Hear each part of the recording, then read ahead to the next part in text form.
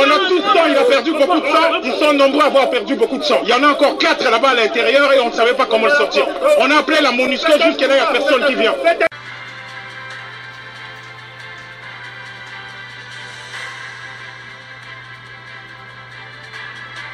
Bonsoir, bonsoir, bonjour, c'est Congo News 24. Bande Konanga, comme toujours avant de commencer notre émission, nous disons merci à Dieu. Nous disons merci à nos chers abonnés et téléspectateurs qui nous suivent partout dans le monde et en RDC. Bande Konanga, soyez les bienvenus. À la une, chers téléspectateurs, Bandeko, l'opposition perd l'élection 2023 et la rue.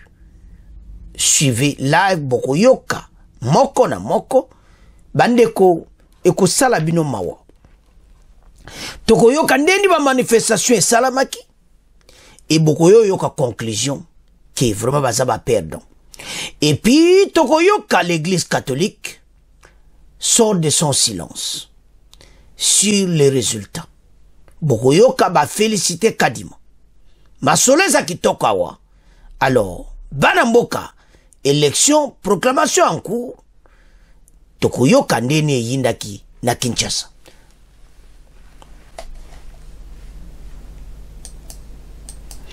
Deuxième point chez téléspectateurs.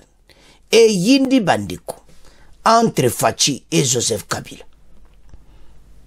Entre Union Sacrée de Fachi et FCC de Kabila. Bandeko be échange ou Bokoyoka awa. Et ça somme. Parce que Kabila bangon to bandaki. Alors réponse est coupée sama. Bandeko les réalisations Bokoyoka et puis Tokoyoka message ou tu peux pas Kazadi Tokoyoka pas Kabuya. L'heure est grave. Alors Bango, il faut pas vendre. Parce que tu vivre. Bazana leso mota ko pesa ba Congolais. Bokoyoka ou ekoleka abandiko. Toza la connecter.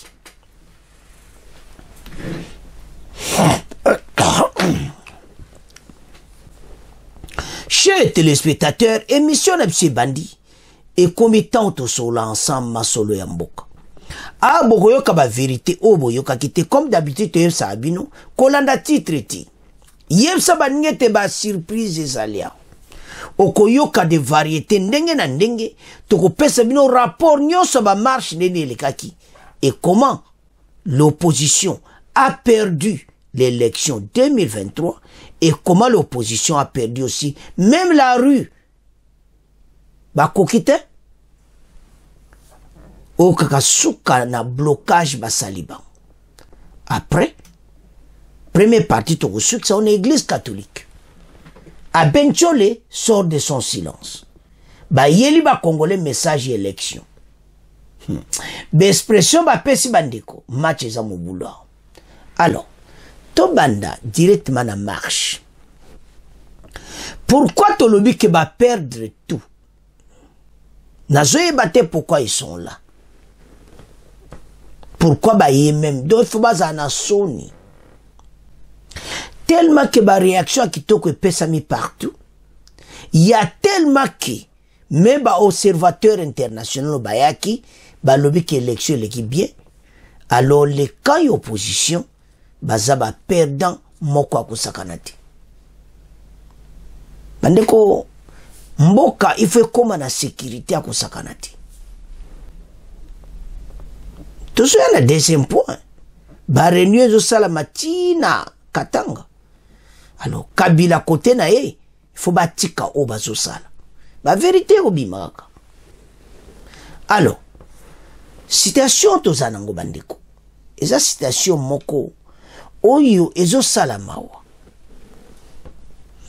Parce que ce que oba basenga ki yangwane salami. Mais oyo ngana zoma en opposition et comme kaka mutu asi a perdre nae asa suna likamba kolobati. Nous allons lire ensemble pour comprendre ce qui se passe juste. Bango nyonso bakene ko sangana et pas ya Fayulu comme ezaki lieu de rencontre na permanence ya ICD. Fayulu était à l'intérieur et batuna onsu balunga banda koya. Police basala ki système kitoko. On les a dégagés même avant d'arriver au lieu et bon bakuma ki na lieu ba saccager ba so ba ju bango pena et c'est tout.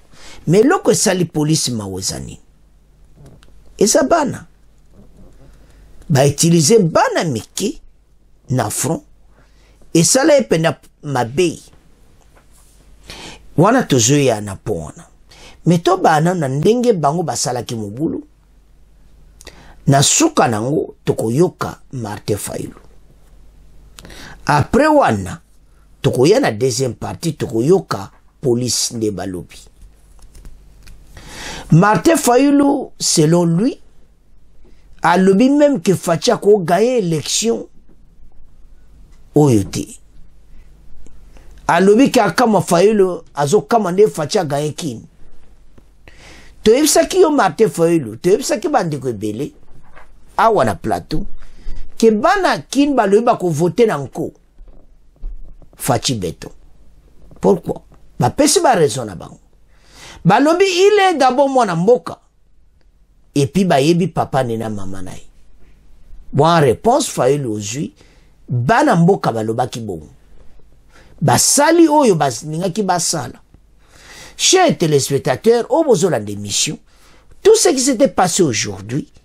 Bon, comprendre dans que pays nabiso, il y a vraiment des manipulateurs basébili. Oba ochamboka oba lingue avancé. Et ça la capacité, comme on a que nous avons tout. Fallait to que les bosso. Mais entre biso tozo potana.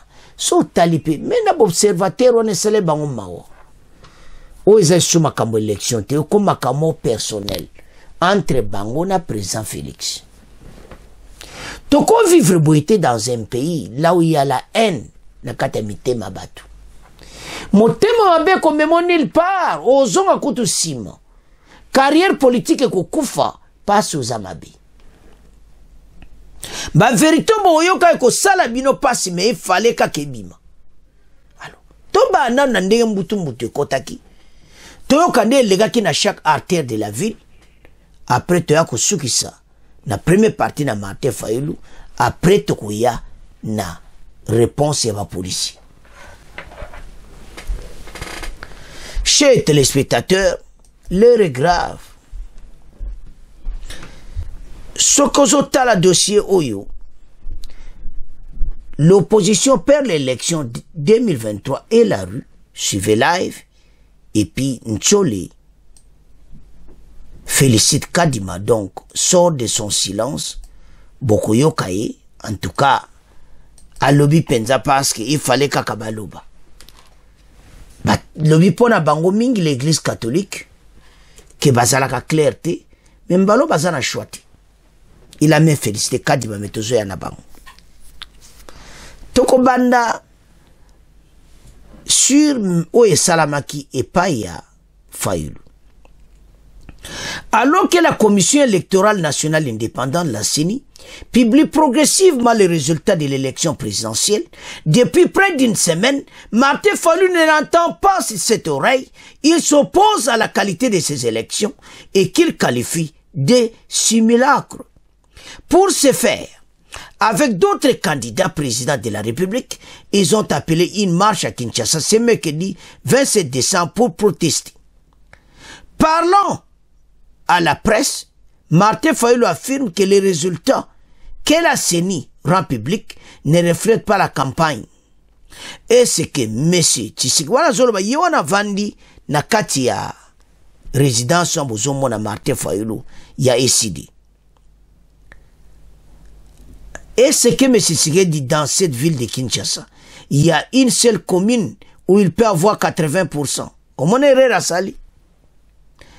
Vous avez tous vu la campagne, et il y a quelque chose qui ne va pas. Les résultats ne reflètent pas la campagne électorale. On a bourré les urnes. Même la tabulation parallèle de la mission d'observation 5OSC devient inutile parce qu'en mot, ils ont fait la tricherie. Non.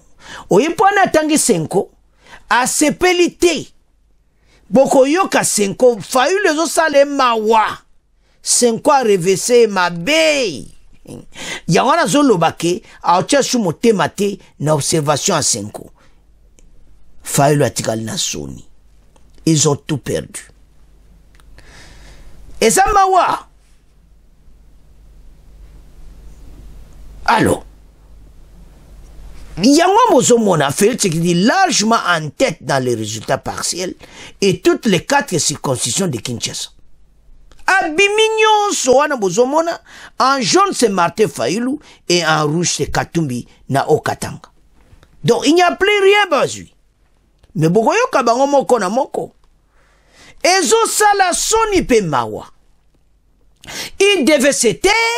Il ne devait même pas venir manifester et parler en face d'une public oyo bazozela réponse à kitoko oyo utanamboka. Bakoya ko lobo ba lobite pa banamboka. Mais ça fait mal. La RDC, ils ont un changement de mentalité. Ba comprendre que bazo sa les amabe, wana toko avancer kitoko. Alors, toyoko les gars qui na manifestation partout. Bon après, toyoka moko na moko, en commençant par Fayulu, après Katumbi. Situation tendue ce matin autour de l'avenue Triomphale, ici à Kinshasa. C'est à cet endroit que les partisans de l'opposition s'étaient donné rendez-vous ce mercredi pour manifester contre les irrégularités du processus électoral et réclamer l'annulation pure et simple des scrutins. Des unités de la police ont été déployées dans cette zone et ont été réprimées par des gaz lacrymogènes les quelques manifestants regroupés à cet endroit. On retrouve tout de suite Enoch Matondo. C'est à coup de gaz lacrymogène que les sympathisants et membres de l'SID, engagement citoyen pour le développement, ont été dispersés. Et dans ce lot, on pouvait apercevoir quelques sympathisants se réclamant des autres candidats aux élections présidentielles. L'endroit a été vidé du coup et un autre appel au rassemblement a été lancé pour les heures à venir. En attendant, quelques jeunes sont en train de manifester devant les sièges de l'SID où se trouve également la police nationale congolaise. À une question à M. D, un des cadres de l'SID, il dit que les manifestations doivent se poursuivre jusqu'à ce que les élections soient reprises sur toute l'étendue du territoire national. Depuis le siège de l'SID, sur l'avenue de l'enseignement, Enoch Matondo pour Radio Okapi.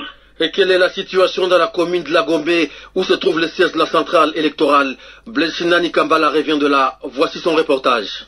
Dans la commune de la Gombe, par contre, les activités se déroulent normalement. La circulation est intense avec les taxis et taxibus remplis de passagers qui partent pour leur lieu de travail. Les supermarchés se trouvant sur le boulevard du 30 juin ont ouvert comme d'habitude et les clients font leurs achats sans problème. À Fadenhouse, siège de l'ECD, l'un des organisateurs de la marche d'aujourd'hui, la situation est calme. Les vendeurs font leurs petites affaires devant cet immeuble, rien donc d'anormal à cet endroit. Par contre, devant la résidence du pasteur Théodore Ngoy, une jeep de la police est visible avec une dizaine de policiers répartis en 2 groupes devant les 2 entrées. Le siège de la CENI est le seul endroit qui est fortement sécurisé. Un dispositif important des policiers qui réglemente la circulation en interdisant aux conducteurs de tourner devant la CENI, mais plutôt de contourner le rond-point de la gare centrale. Les jeeps et les policiers sont aussi visibles dans toutes les sorties du boulevard du 30 juin, dans les périmètres de la CENI, pour prévenir tout mouvement suspect, nous affirme-t-il. Voilà un peu la situation qui prévaut ce matin dans la commune de la Gombe, où 5 candidats présidents de la République qui demandent la réorganisation des élections avec une nouvelle CENI ont maintenu leur marche, pourtant interdite par les autorités. Et par ailleurs, les dispositifs sécuritaires qui est visible sur le boulevard Lumumba, aucun mouvement suspect n'y est observé. Notre reporter qui est parti de la maison communale de Lancélé à Kinkole jusqu'à la 8e rue Limité nous renseigne que la situation est calme. Les policiers déployés le long de cette trajectoire, surtout dans les points chauds et arrêts des bus, ne permettent pas que des voitures et transports en commun s'entassent, et de même pour les individus. Et puis la situation est plutôt calme dans les communes de Mongafula, Selembao et Ngaliema. Les activités tournent au ralenti et la circulation est fluide, mais très peu de véhicules sont visibles sur les artères cet avant-midi. Plusieurs jeunes sont invisibles dans les quartiers. Nombreux sont descendus le matin du côté de la ville pour participer à la marche, affirment des témoins.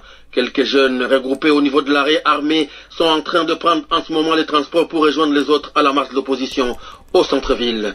Et par ailleurs, poursuite hier, mardi, au centre Bossolo, ici à Kinshasa, de la publication des résultats partiels de l'élection présidentielle du 20 décembre 2023 par la Commission électorale nationale indépendante. Jusqu'hier, la CENI avait publié les résultats partiels des 134 circonscriptions électorales issues des différentes provinces ainsi que de la diaspora sur 179 qui composent la RDC. Dans l'ensemble, depuis le début de cet exercice, sur un total de 6 122 456 des suffrages valablement exprimés, le candidat Félix Tshisekedi arrive en tête avec 78,98%. Des détails avec grâce à Mouzati Massanzi. Parmi toutes ces circonscriptions dont les résultats partiels sont déjà connus, figurent quelques grandes villes du pays. C'est notamment Kinshasa, Kisangani, Kindu, Bunia, Beni, Butembo, Kalemi, Kananga, Mbandaka, Bandundu pour ne citer que celles-là. Dans la majorité de ces entités, c'est le candidat Félix Tshisekedi qui trône. À Kinshasa par exemple, seuls les résultats partiels de la circonscription de Lukunga ne sont pas encore publiés. De Funa à Tchangu, en passant par Moamba, le président sortant fait la course en tête. Il laisse ses adversaires avec un large écart. Dans la globalité, le candidat de l'Union sacrée glane jusqu'ici 4 835 253 voix, soit 78,9%. Il est suivi de Moïse Katumbi avec moins d'1 million de voix, soit 14,2%. Le troisième est Martin Fayoulou qui a 4,2%, devant Rajabo Tebabo Surubabo 4e et Constant Moutamba en 5e position. Il reste encore 45 circonscriptions. La publication progressive des résultats va se poursuivre jusqu'au 31 décembre, jour prévu pour la proclamation du vainqueur de la présidentielle par la CENI.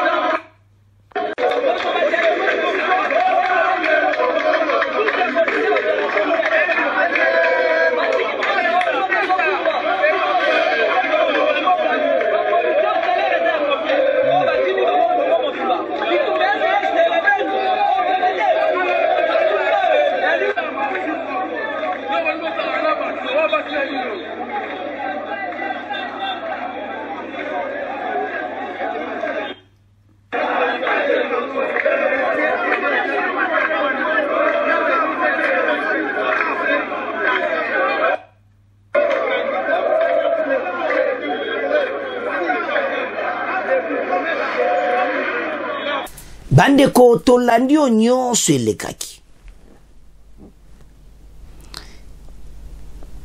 ozomona clairement que ces jeunes ba utiliser bango na yosalanga na mawa nde natali na video no atala ces jeunes ezosala na soni bango il faut ba changer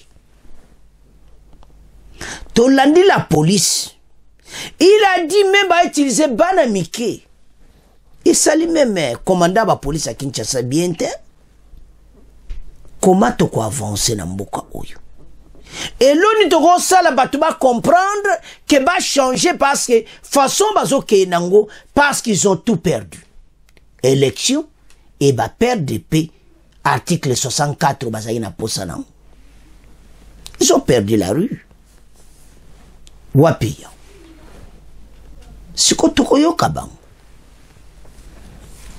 Martin Fayoulou a quoi insister sur président Félix, la personne du président. Que y a qu'on gagne Kinshasa. Élection wana, ezamalamuti et puis abani ko critiquer nanu. Watu tangi nga lobi mais siko yo critique na ye siko bogo yoka sur ba élection. Donc a lobi oyo wana. A expliqué des battus, il fallait bailler en marche et tout ça. Et de l'autre côté, bokoyoka Katumbi.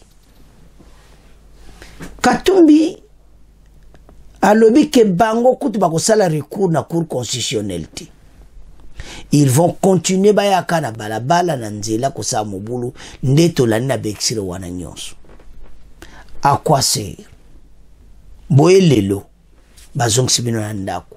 Boye lelo mawanange ezaki ba jeune ba ojo ba gaz lacrymogène. Oh, il fallait même pas bazo.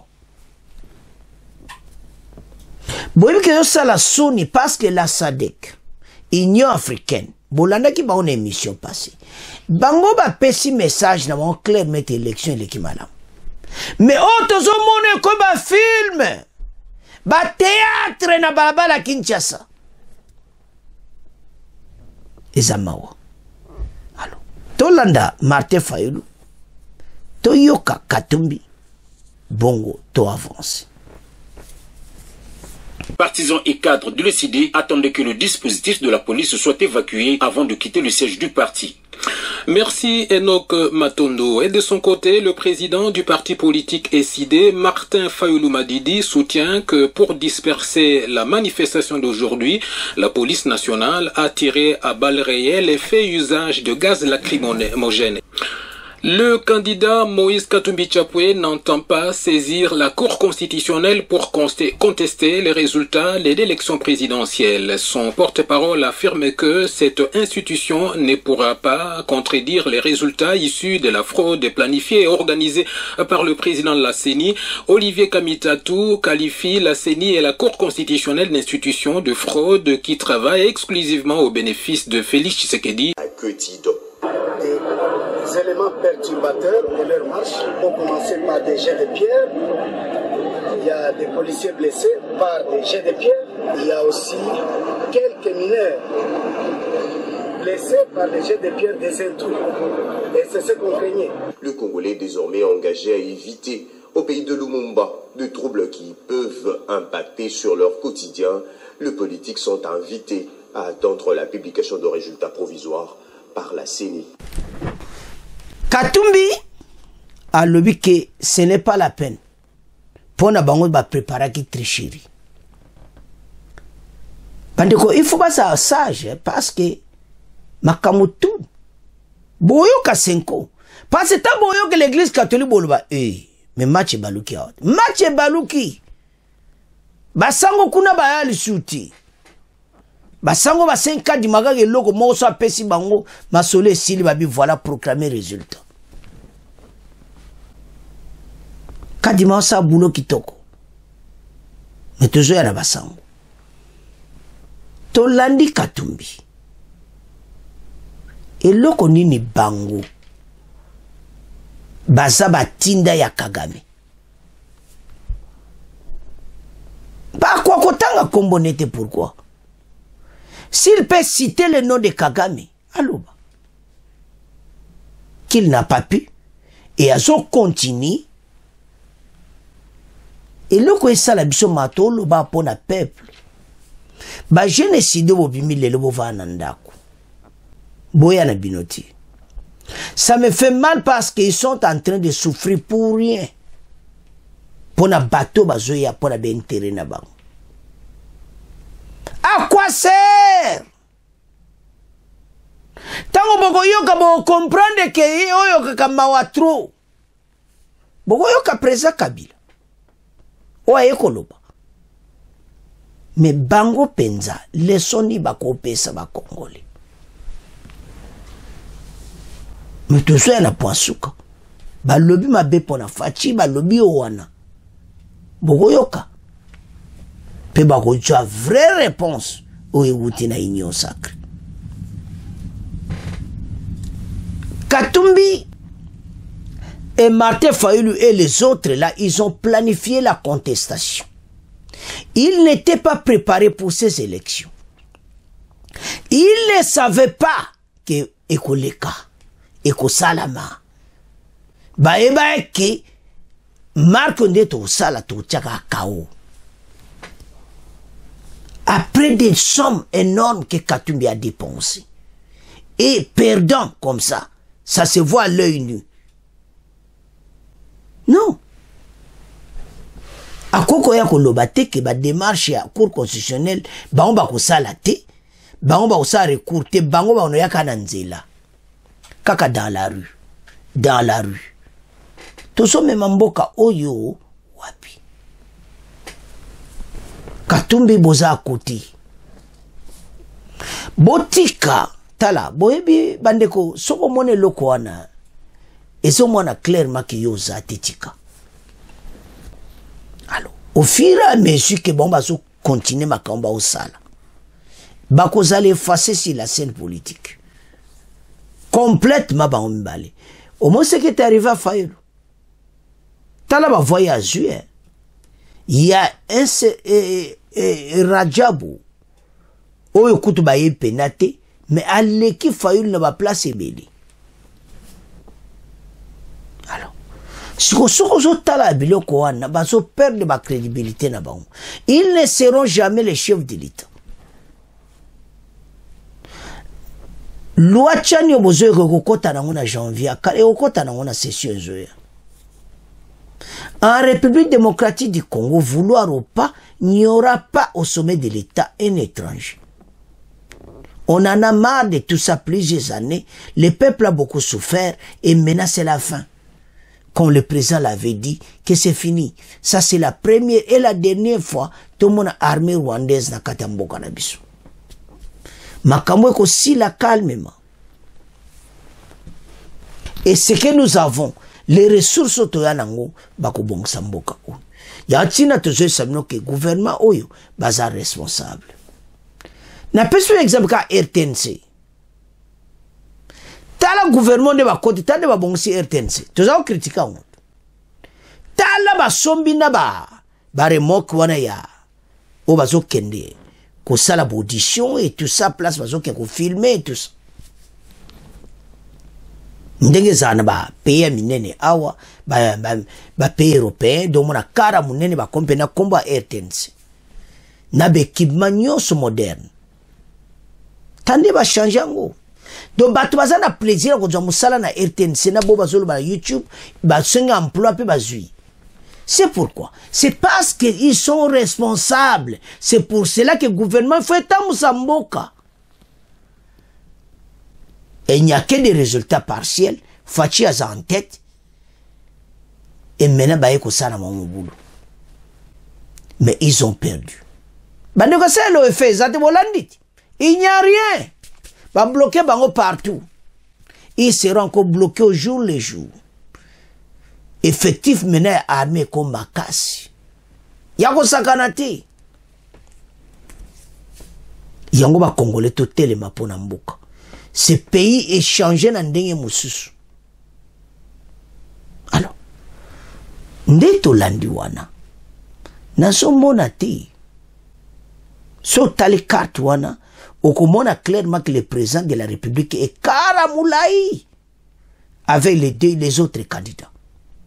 Alors, Katumbi, joba précaution kene na cour constitutionnelle, tika kolobozo lobake, ou kene cour constitutionnelle te, pas ses a fabriqué.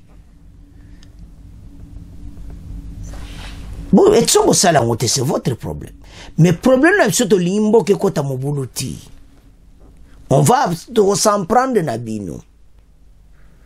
Et puis, bango de bazar, ils oublient. Quand il y a des morts dans la marche, bango ba kozalozare. Et Ndebolandi policier, on a expliqué que il y a meilleur des enfants. Commandant la police a le vérité. Mais comment tu as banni mikebo tchaba on anzila? Il paye même les gens pour pas qu'ils ne marchent. C'est pour ça qu'on comprend. Non? Et le Jean-Pierre Bemba. Politique et sa richesse. Et sa lité, et sa les affaires. La politique, il faut y bakoluba. Oye bako benda peuple. La diplomatie. Tala peuple congolais masolo kaba tande facha zuban. Asol na bango kitoko. Mais les bosseux zalaki na balance. Bato ba yeba ka fachi a bato ba ko voter té opposition ba zo kansa bon. Mais biso te yeba ki déjà que fachi za diplomate. Ayebi comment makambo azosal. Ezambawa. Alors, banamboka. C'est très difficile. Premier parti, son atali acte et salami ba koti na nzela sans aucun but, raison ezati.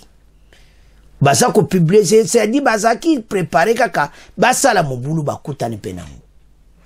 Gaz lacrymogène ba panzani bango tu ba parati. Les responsables n'étaient même pas là. Kaka yemo Fayulu n'a même pas sorti mouké azonge na kati. So botana photo en bien ba solé na kati. Il y a immeuble là-bas. Alors, monsieur a accompli que Bango va jouer échec, l'opposition perd l'élection 2023 et la rue. Et c'est fini pour Nabango. C'est à ce point. Tu comme tika premier point na bino, tu comme kendena deuxième point. Chers téléspectateurs, deuxième point est la situation sécuritaire. Makambo ezoleka na est awa yezana ba correspondant na ba musuba zana Kinshasa. C'est pour cela que ma message beleza ko soit batu à FCC. Pourquoi je sois bino? Mais trop banano na Pite Kazadi. Pite Kazadi akendaki na Lubumbashi. Tout l'anda très bien. Accueilli pour la sécurité aux Zakuna, il est arrivé. Puis, à sa réunion, il a dit qu'à peine na commandant nyonso ya Okatanga. Après, on a okena Kolwezi. Bazana besoin batia kimia. Ya antolwa ki voilà le ministre de l'Intérieur. Oya koki yewana. Pourquoi? Bazana volonté mboka et puis aza pembe na Fachiminga yebi. Nde Facha zolinga mboko ekende. Congolais makabo sala des sala soni. Ça me fait mal parce que il n'y a rien même mundela otala o. Maintenant va proclamer le résultat final. Mais il y a une démarche à faire. Pourquoi bazo sala mote ba osa mubulu? Ils avaient préparé. Vous avez préparé une élection. Alors, Kazadi est arrivé au Katanga, à Solo Linabango. Ma Solo, très bien. Et puis, a expliqué Bango missionnaire. Il a même parlé aussi au micro. Bah, il est parti au aéroport, bah, et dit qu'à peine tout ça, bah, qu'il peut sali réunion. Il y a qu'on sakanati. Parce que Katanga, Katumbi, bazolo mabe na Katanga ya mabe. Que peuple Katanga a révolté. Les regrets, bozo kotsa tumakamu mabe, ou yokute zaki na bangote. Alors, le gouvernement va jouer à mesure partout les cas, Sodazali. Alors, tout là, nanou, VPM, il y a intérieur na Katanga. Bon, après, de continuer l'émission. Au lendemain des élections générales au pays, le vice-premier ministre et ministre de l'Intérieur, Sécurité et Affaires coutumières, Peter Kazadi Kankonde, a entamé une itinérance à travers le territoire national. C'est dans ce cadre qu'il est arrivé à Lubumbashi en début de soirée de ce mardi 26 décembre 2023 par l'aéroport international de la Loano. Il a été accueilli par le gouverneur de province Jacques Kaboula Katoué et le conseil provincial de sécurité. Ce mercredi 27 décembre 2023, le patron de la territoriale en RDC a présidé dans la salle de banquet du gouvernorat du Haut-Katanga le conseil élargi de sécurité. La sécurisation de la population haut-katangaise au lendemain des élections a été au centre des échanges. Je suis ici dans la province du Haut-Katanga dans une visite d'inspection et aussi échanger autour des questions sécuritaires, surtout en cette période des élections. Nous avons fait un tour d'horizon sur la sécurité de la province et nous avons pris certaines mesures sécuritaires afin que la paix, la tranquillité soient assurées efficacement par tous les services de défense et de sécurité. J'ai dit aux Katangaises et aux Katangais qu'ils doivent vaquer librement à leurs occupations. La situation sécuritaire est bien maîtrisée. à l'occasion de la fête de votre mission de service ici en province. Je vous invite à passer le détachement en revue.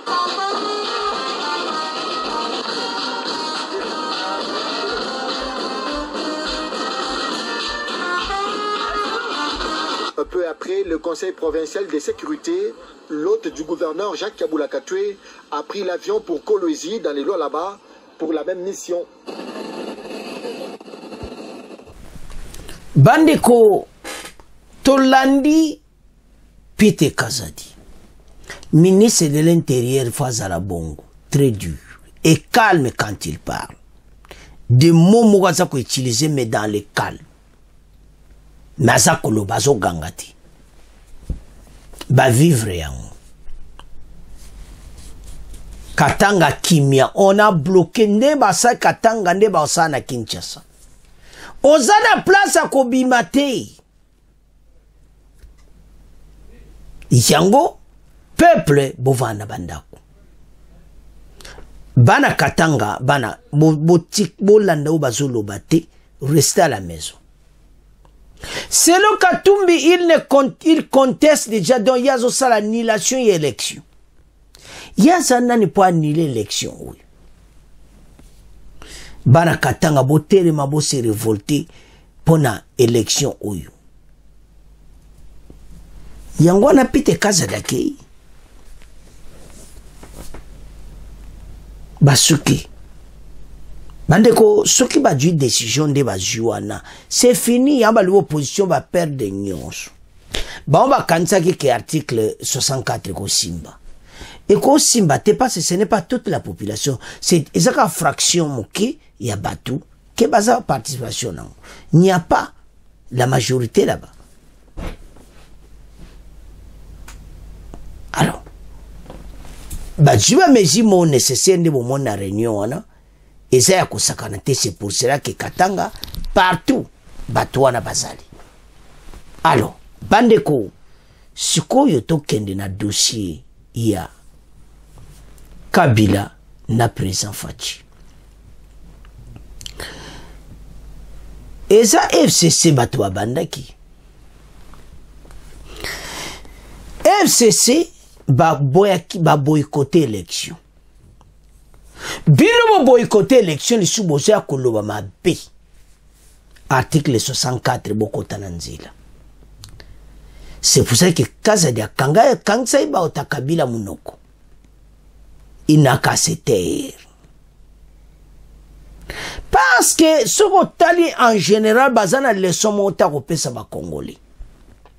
Mais à le ba momo clair et pas na bango sur l'élection 2023. Baza batu moko bango baza na élection te do baza na droit kolobati. Mais le combo kana pse za bongo, il faut batu mo baya koloba po batu ba yoka ke bango pe balobi. Ça fait mal. Et zo salamawa kotala na niveau wana. Yante sabana mboka tozo kende na direction moko il faut to keba. Batu yo balingi mboko yote. Ils veulent créer kakamabe. Ba lobby oyo wana yango Kazadi aekoloba totanga. Les paysages politiques de la RDC, République démocratique du Congo, s'embrassent à nouveau à la suite des déclarations musclées du vice-premier ministre et ministre de l'Intérieur et de la Sécurité des Affaires coutumières, Pite Kazadi. Ces derniers a ouvertement critiqué le Front commun pour le Congo de Joseph Kabila, alléguant des menaces internes et externes. Oyezo sala malibanda ezaka kabangu. Makambo to kutano mombondo. Oyo nini yangwana lobina bon interne et externe za bango. Mais ils avaient dit ça ouvertement. Nanga l'avait dit. Et John Numbi l'avait dit. Do bazata na place mokota kobatama. Yango MC bango ke bango baza ko déranger mboka eba kanga munoko. Bango bazo déranger mboka na intérieur pe na extérieur. Yaza ministre de l'Intérieur ayebi azoloba. Et John Numbi l'avait dit. Ouais kawango John Numbi asali. Yangwana FC Joseph Kabila inaka c'était. Nous avons pris toutes les dispositions pour que la paix règne face à certaines menaces internes et externes. En interne, nous avons des acteurs majeurs qui sont en coalition avec des ennemis extérieurs. Nakati interne, tozana bato bazo solana bata Kagame. En interne, il y a des actes d'incivisme. Pour cette raison, en tant que gouvernement, nous avons pris toutes les mesures. L'armée est en alerte maximale, de même que la police, pour faire face à tous les débordements.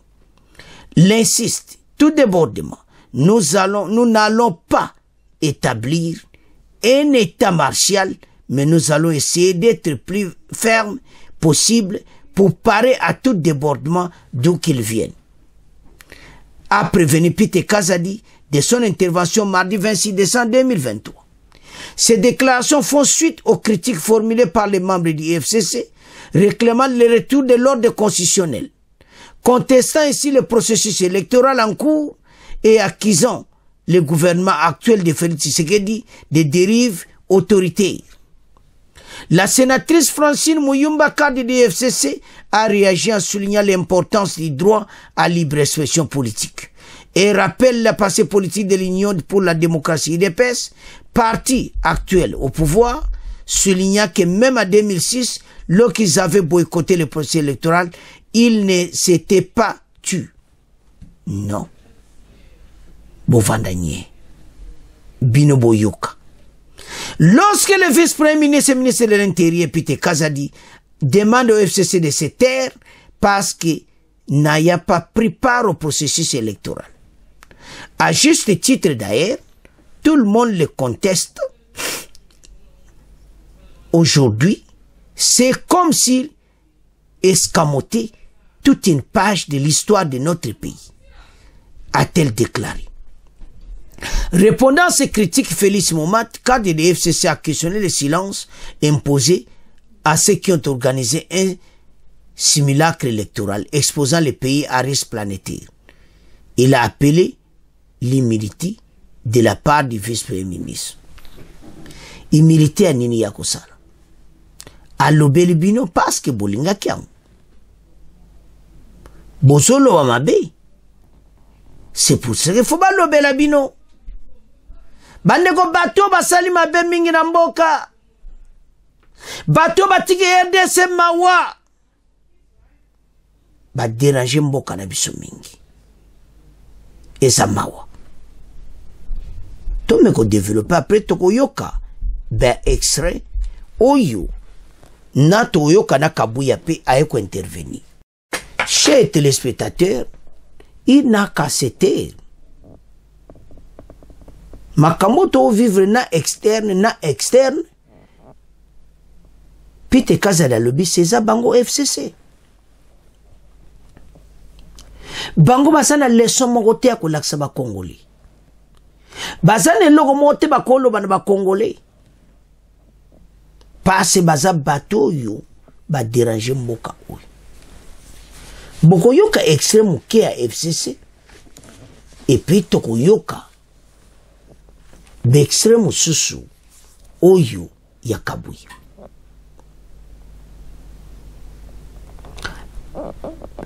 Kabila atamusi mboka oyo otozo mone logota. Il y en a qui sont partis na marche bazonga pété. Toyebi. Bango lelo basala lilo bakolobe pa ba Congolais. Kabuya lobi ba mekata bango azuma kasi pona réseaux sociaux. Ba sangsana na ta batute. Ba loba na batuke mena. Tala bobo sala bo sala bo. Ba komona ba Congolais ne ba kolobela bango. S'ils n'ont pas participé, parce que mouta ko voter bango azati. Tous à clair côté en bolo bateko c'est parce que ils ont vu le processus électoral. Non.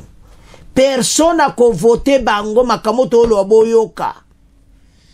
Batiki pays dans un gouffre, on est en train de faire sortir ce pays dans un gouffre wano eza moulai et maintenant bango ba reçu ba ya koloba. Non. Peter Kazadi a raison, il n'a qu'à se taire. Alors, Tolanda, Mena Kabuya lobeli bango mabe. Bokoyoka Kabuya. Alors, avançons. Message de Kabuya à Kabila. Il comptait sur un coup d'État, mais Dieu les a confondus. Il réagit au communiqué du FCC de José Kabila, qui tient le président responsable du chaos électoral. Makamu Kabila Zoloba. Okoyoka na mutune makama Zoloba. Ezamawa! Mais, toyoka nanu. Madiko, faut que makamwa bien pas, ça va vous aider. Il y a un téléphone qui va s'abonner massivement à la chaîne. Oui. Bon, là, nous extrait ya FCC, membre moko Zoloba, et puis boyo Kabuya clair mandenge atie bango nanzela. Avançons.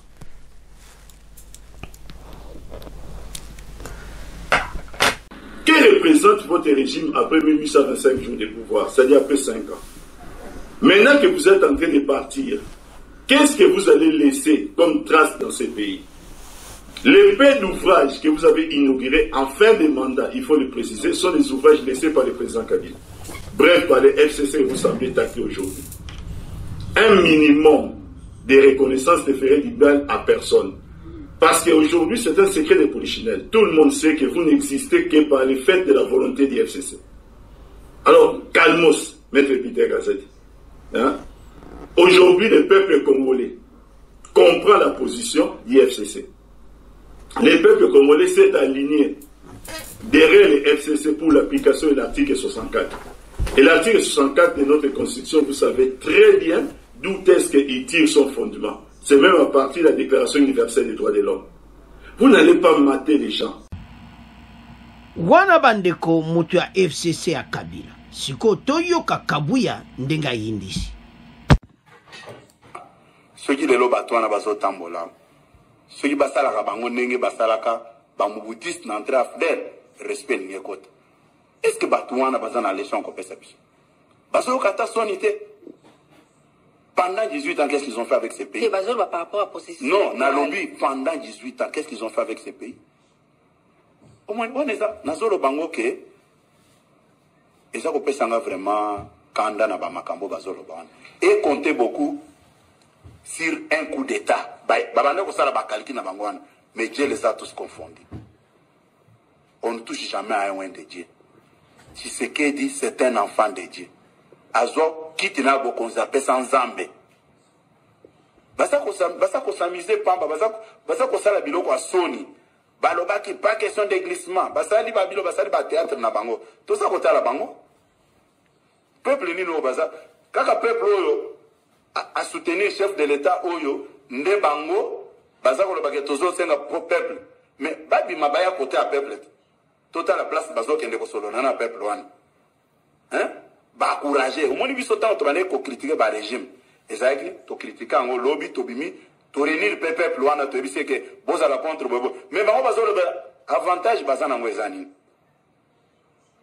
il y a ba réseaux sociaux babi mabare ni kaka full boy ba ils que bino peuple tozo senga mais ceux qui ba kozonga disu na banda kuna ba kaka peuple bazolo bana ne ba komona ninga a ko régler bango compte c'est n'importe quoi bande kotolandia. Soki Kabila facia tretaki ndenge ba tretaki Mobutu na le afdel ba kotaki wana nde respect ye kwa dozo facia chai ba Mobutu. Lokola facia za très bon bango balinga ba ya ba monela ye alors Kabuya alobeli bango mabe parce qu'il fallait ba Mbutu oye salamaki na lera Mobutu mais ba du chance na bango bandeko tolandi membre wana FCC nenga lobi tolandi siko Kabuya nda tie bango na nzela bango basali kamba koloba telelo parce bango ba échoua partout baza leso mota opesa Congolais alui bazo bika pona réseaux sociaux soki lelo FCC sala mitinga beng sa batu bakoyati o président Kabila koloba sala meeting batu bakoyate Et puis à le même musuba kozonga ndaku te. Po ba bi bona réseaux sociaux. Ndeka bazolo bana peuple ko bamba o mabanga. Bandeko. Tout le monde le sait. Nous avons beaucoup souffert entre les mains et perdus. Pendant les 18 ans, torture, impunité, donc, pas si un les Congolais ont s'exprimer librement grâce à président Félix Tshisekedi. Ndeko bato yo bazama be. Bazaye kondi maliboso me lelo bawanga ni nyonso. Ola ni mutu na bango na zolo bake FCC batika ki ba projet nyonso nde fatia zo continue wana ba immeuble wa nyonso bango to batia donc na centre financier bango batika yango o ba projet wana nyonso bango to batika ki fatia ko accomplir. Bon, donnez un exemple. Si vous avez commencé ces projets, pourquoi pas en finir? C'est-à-dire, il n'y avait qu'un seul but. La fraude financière. Prendre toutes les ressources du pays, au qu'un otage. Ils ont tout pillé. Bah, quand on sale le comme mon côté. Et ça va 5 chantiers. Quoi qui? Bah, donc, régime a expressé Kabila, bazali kamolo bana fatite. Et zo soit bango mingi, les mots oyo Pite Kazadi a utilisé, na o kabuya lobby. Pite Kazadi a lobby que interne na externe, bazo sola batalibanda. Bino mo comprendre kaka. Bazo kubebsa mboka oyo. Makamoto vivre lelo, bango bazana kati. Interne et externe. Yebela. Ezaya koinda, esie indi. Donc, bazana réponse mon côté. L'heure est grave. Donc, ce qui te mona makambo mote peli. Bandeko, bateau bazana problème sérieux. Yako sakanate. Oyo kaka l'heure est grave. Foba yo kasoni. Ezo salamawa. Alors, bana mboka. Mena, tozo leka na Abenchole. Abenchole aya sugisi masolo nyonso. Bato bazana problème sérieux opposition yo Katumbi na nani. Abenchole baye ko dévoiler nyonso basango basanzi. L'heure est grave. Basango balobi que tout le monde qui berete que nous kuta na Kadima. Ba féliciter Kadima pour la cartographie. Makamunyon se zapona kotia makamunyon se zapoleli. Alobi soka berele abi andimi pe ango akeba bongisi bakozongi la yeso eza fe bachango na kati ya nini aseni ba kola nango après ba webse ke makamtu esili nango fichier eza malamu alobo publier résultat publier nango 5 baza pour mena bande ko ndeba résultat ne bimaki Katumbi na Fayulu ba tie lungi na si totanga bande ko ndebo zomona Bencholi ba lobby pensa ba lobby na bango clairement eti ba mona ki erreur alo Kadima ko bongsa après masolo leki nango c'est-à-dire élection leki kitoko catholique na ECC bandimi na ndenga mukolo so lani maloba na bango boyoka bango bon après to me akosola. Nous sommes pratiquement au dernier virage. Je compare le stade actuel du processus à un avion qui s'apprête à atterrir. Et l'atterrissage est une étape du vol qui demande trop d'attention du pilote et de l'équipage, aussi de la tour de contrôle, et qui demande une grande connexion entre l'équipage et la tour du contrôle. L'équipage, c'est le président Kadima et ses collaborateurs, et nous sommes quelque peu la tour de contrôle. Donc dans cette dynamique-là, pour accompagner la CENI pour un bon atterrissage, que nous sommes venus échanger avec lui. Vous savez, la dernière actualité, c'est que la CENI a mis sur le site la cartographie électorale. Ça, c'est déjà quelque chose qui traduit la volonté de la transparence. C'est une publication provisoire avec l'intention que les gens vérifient et s'il y a à corriger, qu'on corrige. C'est dans cette dynamique-là que notre mission d'observation est allée vérifier la cartographie et a relevé ce qui est d'ailleurs dit clairement dans le communiqué, les erreurs. Les erreurs qui, du reste, a été reconnues, identifiées par la CENI avant même qu'on communique, il semble. Nous félicitons nos observateurs d'avoir fait un bon travail. Nous félicitons la CENI d'avoir identifié à temps ces erreurs et surtout d'avoir corrigé. Je crois que le plus important, c'est cette dynamique. Parce que là, on tend vers la solution de la crise de l'audit du fichier électoral. Si la CENI, pour la publication définitive, place la cartographie dans le site de la CENI sous un format téléchargeable et que nous vérifions, nous voyons que tous ces correctifs ont été faits, nous serons les premiers à dire clos le dossier doute sur le fichier électoral. Et vous savez que le fichier est perfectible.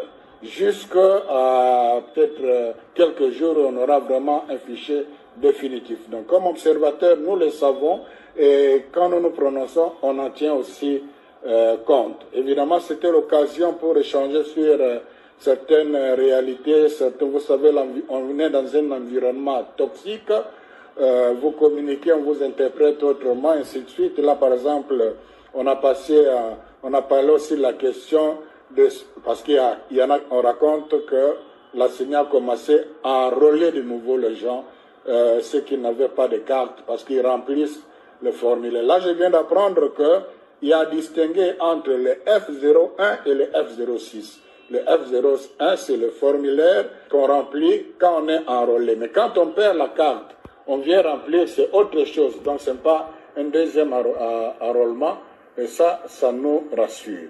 Donc, en conclusion, nous avons levé une bonne option. Désormais, la CENI s'engage à être transparent et à être ouvert. Nous allons travailler, on n'a même pas besoin de trop de communiquer, travailler avec elle et jusqu'à ce qu'il va afficher publiquement.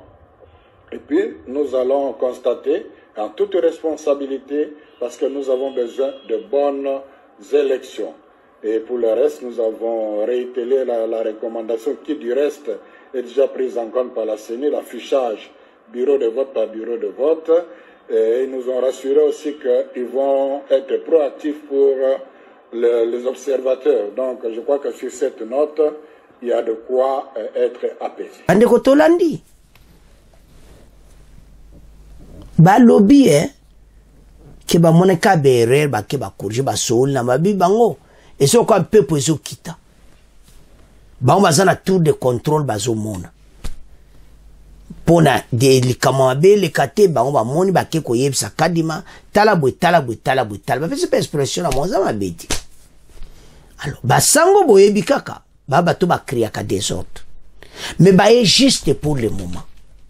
Yango bo partager yango bo yebisa église ba katumbi na ba fayo le so bazola d'émission bo pesa bango vidéo ya ntsole ndenga lobi yango fayo la lobi ke akolande susute mission d'observation de l'église catholique pas à monique za fraude non Hollanda te comment pas église catholique ba comprendre que makambo eleki bien ba Martin fayo ba le avance que voilà to Hollanda ngo le susute te basango bakangami bazo obligé basundola ba candidat na bango pas se reverser quand il m'a reversé bango bimsa bureau par bureau et zo maka fachi muta gagner basango balande ba monike ya bazayo linga ko loba te ba eko bima lelo ba prêtre ba bimine sort silence ba ye ba lobby que tika quelques heures to so zonga après wana masolisili siko katumbi na fayo ba ko suko a passer 50 mina so comprendre alors quand il m'a passé un berero ba moni et ça berere technique ba moni am et ba bongi sipe Et c'est tout. Basango le ba close tout page one eleki élection esili. Bandimi fichier. Basango mutu bazoloba. Et maintenant Fayulu mbamo alobi okitondima lisusu nini basango te. Oh, okumuboya nina catholique botala bato malamu. Ils ont perdu l'élection 2023 et ils ont perdu la rue. Alors, Banamboka, c'est à ce point comment clôturer mission Nabiso. Bon, continuez à s'abonner massivement. Bon, partagez de quoi ça place aux vraies infos avant de quitter. S'abonner. Pour la ligne perdre thé. Au tangi, au comprendre. Alors, au revoir. À la prochaine.